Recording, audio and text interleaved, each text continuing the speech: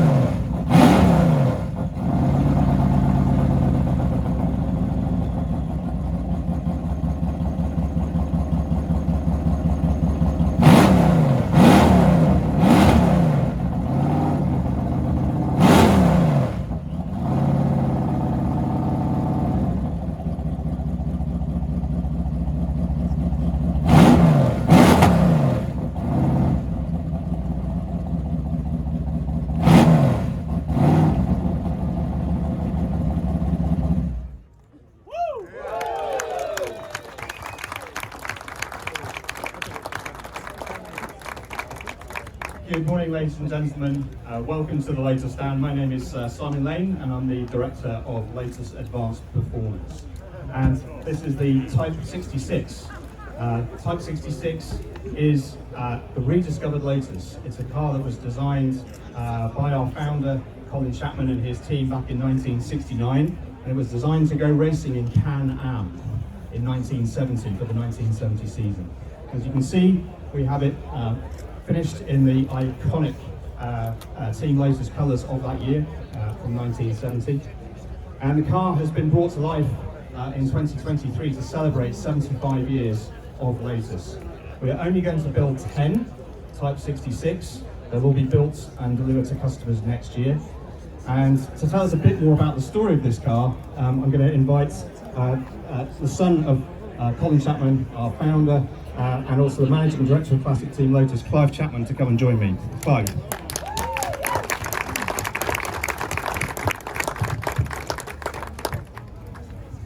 So Clive, we first met and discussed this project at the beginning of last year, and it started with a meeting between myself and Russell Carr, the Director of Design at Lotus.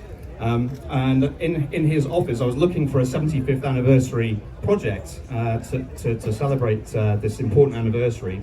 And I found a model of Type 66 on a shelf in Russell's office. And it turns out there was a bit of a backstory, which I'm going to hand over to Clive and let him tell the story of Type 66. Thank you, Simon, and great to be here today. Yes, about 10 years ago, almost by accident, we found the scheme outline design drawings for this extraordinary car, which my father had tasked Jeff Ferris, one of the guys in the Team Lotus design office, to create. At the same time, Dad was working with Maurice Philippe on the Type 72 Formula One car. Emerson 72 is over by the stage over there, which is arguably the greatest Formula One car of all time. And arguably, this Can-Am car might have been the greatest Can-Am car of all time. Dad liked the idea of fairly loose regulations in Can-Am, and he didn't like to be restricted too much. And Jeff applied the principle of side-mounted radiators, a bit like the Type 72, which freed up the front end of the car for some more aero to get a bit more downforce to balance this huge rear wing. The enclosed cockpit arrangement for airflow over the car, and then the Le Mans type long tail at the back. I mean, drag for Can-Am cars, they've got so much power, not that big a deal, but they do get pretty quick at the top end, at which point the Le Mans style tail starts to take effect. So there's lots of innovative features, particularly aerodynamically, as you'd expect, and to see it actually brought to reality to mark 75 years of Lotus is I think, a really special way. If you're going to mark 75 years of Lotus, you've got to do something extraordinary, and I think the Type 66 certainly is extraordinary. Thank you, Clive. I have to say, when Clive showed me the drawings, which he'd had in a fireproof tube for 53 years, I felt like I had discovered the equivalent of a unreleased Beatles single in automotive terms. It was so cool to come across these and to get the backstory. And so really excited to reveal the car to you today. What you can see though is what looks like a car that would have gone racing in 1970, but we've actually developed it with modern technology. So the car is cloaked in a carbon fibre body, and underneath it's powered by an 830 horsepower V8 with 550 pound-foot of torque. So the car weighs less than 900 kilograms, so almost a 1-to-1 power-to-weight ratio. Underneath the skin, we have race suspension, so with inboard damping, carbon ceramic brakes, and in terms of performance in the simulator, the car is about a second quicker than the current GT3 record at Laguna Seca. So it's considerably quicker than it would have been originally. It's also much safer because we put a FIA compliant crash structure in. We also have ABS, race ABS, traction control. We have a sequential gearbox, a 6-speed sequential gearbox. And what you'll see is really cool is we've made the cockpit look period, but the gear lever that looks like it's a traditional wooden H-gate is actually a sequential gearbox. And as an option, you'll be able to have a paddle shift steering wheel as well as using the stick. So I think now I'd like to invite two-time Formula One world champion Emerson Fittipaldi to come on and have a chat with us. Thank you, thank you. What a great pleasure to be here today and look at this wonderful car. Yeah. So Emerson, this was designed when you were racing in Formula One with Team Lotus, and Clive tells me there's every chance that you would have been put in the cockpit of this car at Can-Am and would have driven it. So you've seen it for the first time today. What do you think? I think it's wonderful. I'm sure I would drive the car Laguna, Watkins Glen, Road America, and I was under contract with Lotus, and Colin Chapman was a genius. I mean, he was so ahead of everybody else. Congratulations to bring his dream to have a Can-Am car alive after so many years. Congratulations, Clive, and that was a wonderful machine. I want to test now in Laguna. We will make For that sure. happen. Thank you very much, Emerson Fittipaldi. So Emerson, please stay with us. Stay with us. I'd now also like to invite Jenson Button up to onto the stage with us. Jenson, also Formula One world champion. Yeah, I thought you were going to forget that bit. I know it was only once. It's a bit of a quite like you, Emo, but it's a bit of a pinch yourself moment. Two F1 world champions on stage. So thank you for coming and joining us today, and we're really excited to have your Evija on the stand behind us in your Brawn F1 colours. yeah. Well, first of all, before we get onto my car, which looks amazing, I want to talk about the Type 66. This is just fantastic. I think we're all very lucky that we have the opportunity to see this car in reality, but also there are 10 lucky people that are going to get to own this, because without Lotus, this car wouldn't exist now.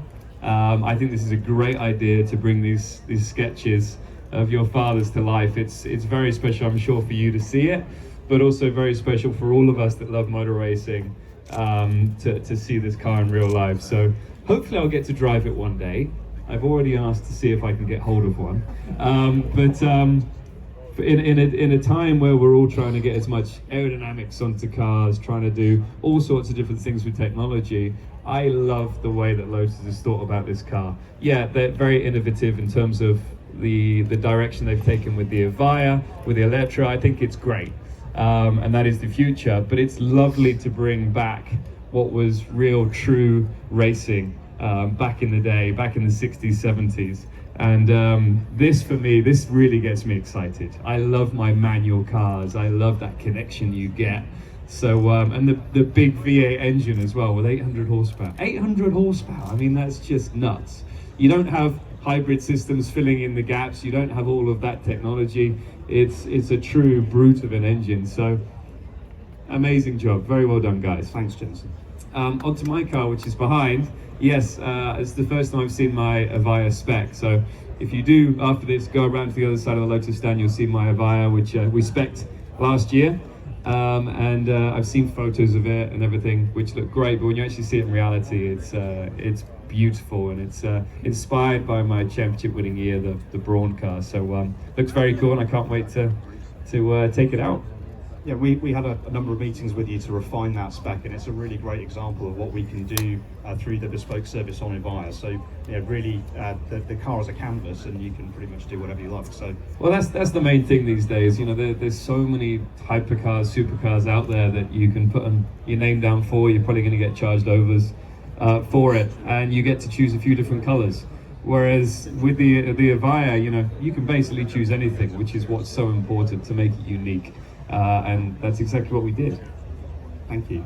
We've also got the Electra on the stand, which is making its US debut, our new hyper SUV. You were involved in the launch of that car last year. What do you think of the car that we got on the stand? Yeah, well, sometimes I want to take my kids out, and they're not going to fit in this or in the Avaya. So no, the Electra is great, and I took it on the circuit in Shanghai, shook it down, and it was the smaller motors, right? It was less power. But still, felt great, and also because it's got very low center of gravity, stability control, it handles really well. So yeah, it's a luxury that we haven't seen in a Lotus before. So yeah, it's great. So the model we have on the stand is the R, which is the top of the three models, and it has over 900 horsepower. So we'd encourage you to come and have a look at that car when you come on our stand. I think that's us. We're out of time, so we're going to close the conference. And just a little bit of housekeeping, just to let you know that myself, Jenson, Emerson, Clive, and also Barney, put your hand up.